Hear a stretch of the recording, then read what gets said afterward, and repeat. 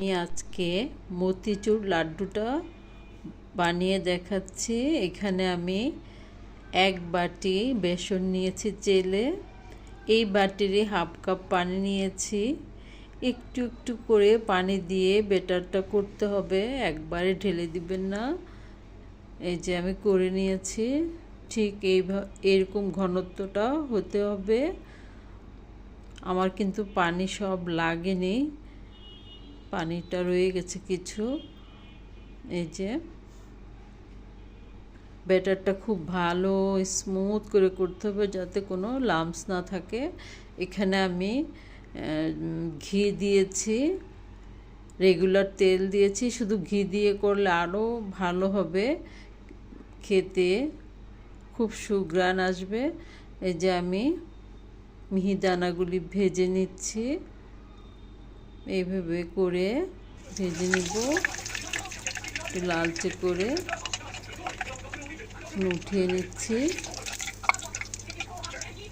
আমার সবগুলি ভাজা হয়ে গেছে।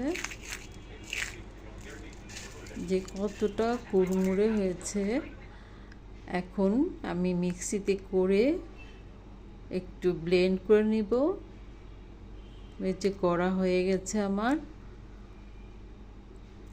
এখন চিনির শিরাটা করব।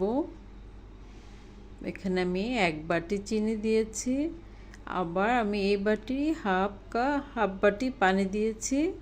কাপ হলে 1 কাপ আর হাফ কাপ পানি, আর কিছুটা আমি জর্দার রং দিয়েছি। এখন আমি মিহিদানার গুঁড়োগুলো দিয়ে দিলাম,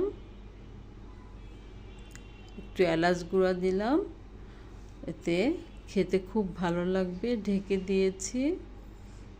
এই তোমার হালুয়াটা হয়ে আসছে। খুব ভালো করে উপর নিচে নেড়ে দিতে হবে। যে প্যানের গা ছেড়ে আসছে, তার মানে হালুয়াটা হয়ে গেছে।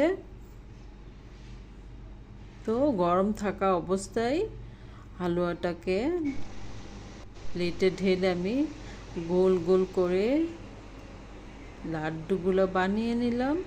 তারপর আমার পছন্দ অনুযায়ী আমি একটু সাজিয়ে নিলাম। আপনারা চাইলে বাদাম কুচি দিতে পারেন। একটা ভেঙে দেখাচ্ছি, ভিতরটা কি জুসি হয়েছে, অনেক মজা হয়েছিল। এই ঘরে থাকা এই 2টা উপকরণ দিয়েই এই লাড্ডুটা বানানো যায়। মেহমান আসলে আপনি খুব সহজেই করে দিতে পারবেন। কেমন হয়েছে রেসিপিটা অবশ্যই কমেন্ট করে জানাবেন। আল্লাহ হাফেজ।